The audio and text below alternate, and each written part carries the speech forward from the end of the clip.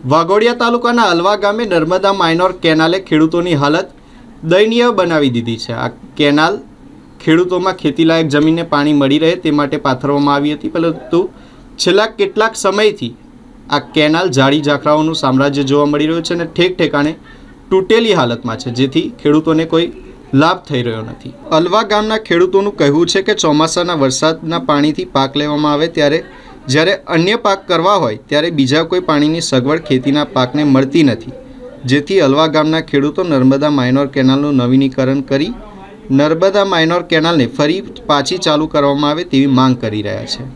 આપણે જે ઝાડની કેનાલ બનીને આપણે નવીકરણ થયું તાને 1 વર્ષ ખાલી પાણી આવ્યું છે, બરાબર। લગભગ આ 20 વર્ષ જૂની છે, ખાલી 1 વર્ષ પાણી આવ્યું છે। ચંપાલીપુરાથી ચીપડથી જે કેનાલ ત્યાંથી પાણી મતલબ આગળ આવતું નથી। કઈ કેનાલ છે? નાની માઇનર છે, નાની માઇનર કેનાલ ખરી ને કઈ કેનાલ તરીકે ઓળખો છે ને?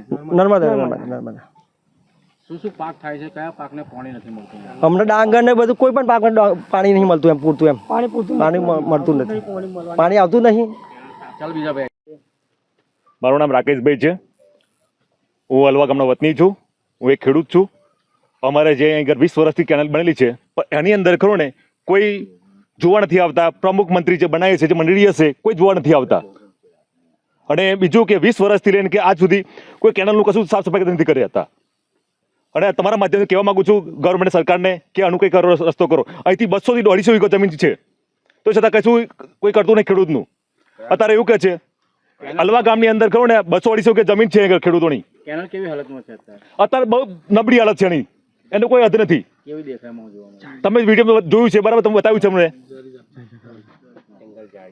બરાબર? જંગલ ચાટ થઈ ગયેલી છે આગળ, બરાબર? ને કોઈ દી જોવા નથી આવતું આગળ। તંત્ર શું કરી રહ્યું છે, શું કરે છે બધું? આ ખેડૂતોનું કઈ જોવા માંગતું નથી અને મોટી મોટી વાતો કરે છે।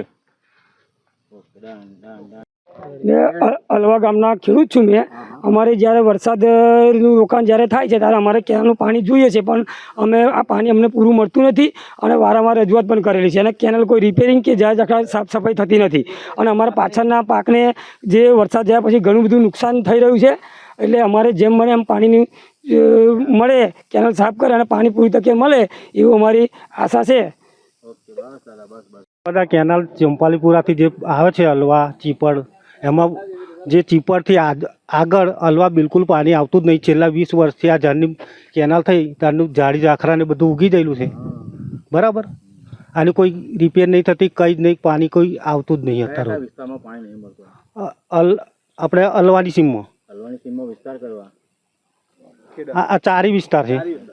કયા કયા પાકને પાણી વગર? ડાંગરનું પાક આવે છે, ઘઉં, મકાઈ, બધો જ પાક થાય છે, પણ પાણીની કોઈ સુવિધા છે નહીં। કેનાલની આજુબાજુ કેટલા વીઘો જમીન હશે? ઓછામાં ઓછી 200-250 વીઘા જેવી જમીન હશે।